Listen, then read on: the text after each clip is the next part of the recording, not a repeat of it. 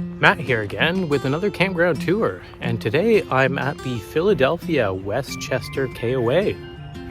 Come and check it out. This is probably one of the smallest KOAs we've ever been to, but it's got a lot of character.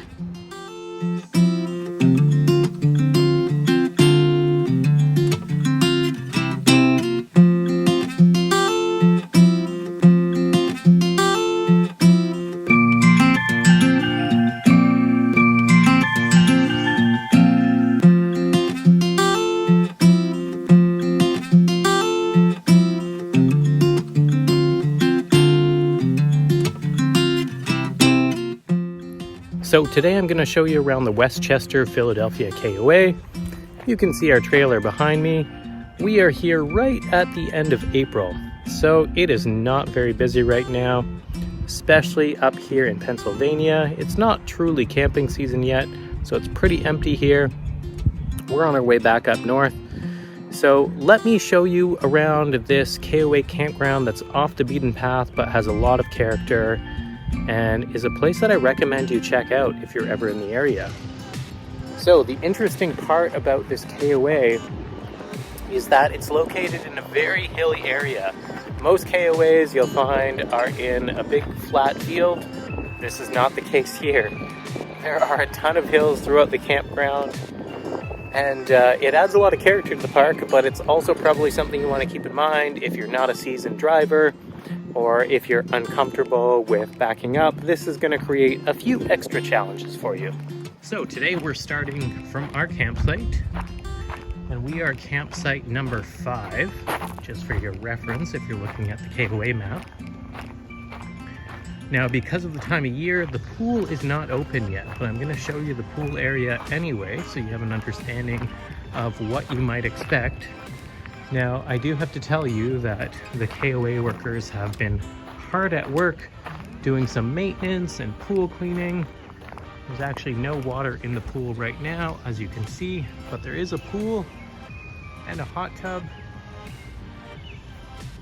And you can see all their tools and equipment right now. They've been busy working away. Also, this beautiful lodge that's available.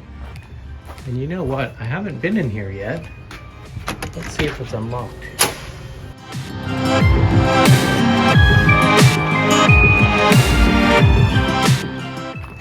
And the next thing we're going to look at is the kids park. This looks just about brand new. And you can see there's also a jump pad in the distance as well. And there's a volleyball court.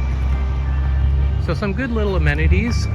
In the distance over here, there's also a 9-hole mini putt course that is free of charge to use if you're staying at this KOA. Also got a chessboard here. Let's go and have a closer look at the mini golf course. So you know what? It's not the most exciting mini golf course I've ever seen, but hey, if you're here and enjoy mini golf, I would try this out. This looks pretty fun. Got some cornhole over there as well. And as I mentioned early on, this is a very hilly part of Pennsylvania. So you drive into the campground up a hill, work your way up to the main office, right over here. And most of the campsites are actually up on that hill up there. And we'll go and have a look at those. Our campsite, number 6, is behind Liberty Lodge. You've also got to climb a hill to go up there. And then there's also some campsites down the hill in that direction, which I'll show you in a minute. So you've got your typical camp store here. They've even got some scoop ice cream there, which is not something I see at every KOA. Here is the KOA washrooms connected to the main office. And now we're going to work our way up the hill, and this is where the bulk of the campsites are. So the nice part about being on a hill like this is that most of the campsites have beautiful views. Of course, the downside is there's hills, and if you've got a big rig, that makes it a little bit more challenging for parking and for navigating around the campground. So let's check out some of the lots And these are what I would say are the best lots in the campground. We've got lot 83, 82, and 81 back there. Let's have a closer look at 82. The reason I think this one is such a nice campsite is, of course, you've got nice pavers here. You've got a resin table set and some beautiful chairs and a fire pit. But it's because of this beautiful view that I think this campsite is one of the best ones here. Now, all of the sites that are here will give you water, you'll have power, you'll have high-speed Wi-Fi. So far the Wi-Fi has been pretty good. You also have cable TV. And most of the sites do have sewer hookups, but they don't all have sewer hookups, and that's probably understandable given that there is some very unique landscape here with all of these hills. So keep that in mind, double check when you're reserving your site that you do indeed have a sewer hookup. Right in the campground is this private residence. Imagine that's probably the owner's residence. Beautiful place. But interesting that it's right inside the campground. And if we continue to work our way around, straight in front of me is the dog park. And they've kind of had to build everything on a hill here, which is kind of nice and unique. It gives you lots of great views. So there's the dog park there. And we'll continue to work our way around the main campsite area here. So hopefully you can tell by this video that I am walking up some fairly steep inclines. Luckily, most of the sites that you're seeing here, this one for example, and if we pivot around to this side, wouldn't be too bad for getting into. The ones that you see over on this side are all pull-through sites, making it fairly easy to navigate. One downside about this is the grass is not cut yet, so it makes the park look a little bit unkempt. However, it's probably just because of the time of the season. They look very busy trying to get ready for the flood of people that will be coming in. Once this grass is cut and all the leaves are on the trees, this is going to be a beautiful spot. This campground, it's called Philadelphia West Chester KOA, leads you to believe that it would be in Philadelphia. It's about an hour and 10 minutes outside of Philadelphia. So certainly if you're staying here for a few days, it's certainly drivable. But for us, only being here for the evening, we're not going to take that hour-plus drive to go all the way into downtown Philadelphia. So continuing around, this is lot 31 for reference. I always like to give you a bit of an understanding of which lot I'm passing by in case you're looking at the campground map and trying to decide which particular lot you are interested in reserving. As you find with most KOAs, a lot of the same amenities across all of the KOAs, which is kind of one of the nice parts about staying at one of these. You know what to expect. So there's a number of KOA cabins.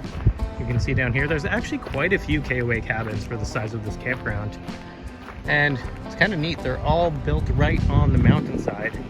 So you probably have some pretty good views out of the back window of these cabins. So what you're seeing are the standard cabins.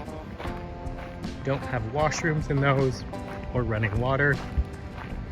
And then we've got the premium cabins over here, which have the washrooms, and I'd imagine probably have a bit of a kitchenette in there as well. Although we've never stayed in one, so I don't know for sure. This campground is actually right next to a farm, and when I take you down to the river right now, you're going to see that we actually can see horses walking around in the field right across from the campground. It's kind of nice and majestic looking. The only thing to keep in mind is it does smell like a farm. Some people, that would bother them quite a bit. I quite honestly don't mind that smell, but some people would, so keep that in mind. going down a very steep hill now, so I'll show you what that looks like. And these are the campsites that are riverfront. So, straight down at the bottom of this hill is where we will find the riverfront campsites. We also do have another KOA cabin on the side here, and one more campsite as we're going down the hill. All right, so straight in front of me, you can see the river, and you can see that they do have some canoes for rent. So if you haven't brought a blow-up paddleboard or canoes or kayaks, you can certainly grab those. And here is all of the riverfront campsites along here and over on this side as well. So let's go and take a look at the riverfront. And as I mentioned earlier, there's the farm that I was mentioning with the horses. Kind of a nice view. And if you were at one of these campsites and backed in, you'd be looking at a pretty nice view, in my opinion. So let's go and take a closer look at some of these riverfront campsites and see what they look like. So here's an example of one, and you do have water and power down here. So we're at lot 121 at the moment. Got a nice fire pit. Now 121 looks more like a tent site than it does a trailer site. I'd imagine, I guess you could navigate a trailer into here. Directly in front of the site is some trees, but we could probably get our 19-foot escape in there.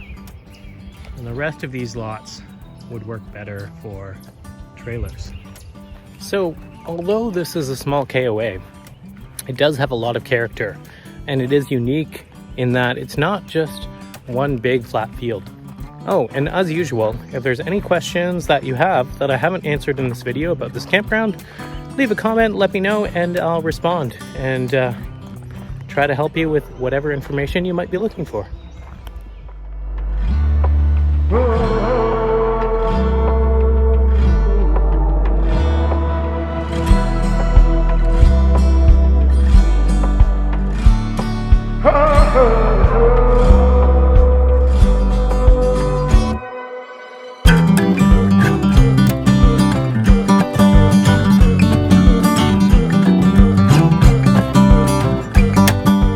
If you enjoyed this video, don't forget to subscribe to our channel. It really does help us out. And don't forget to come back tomorrow to see where we go next.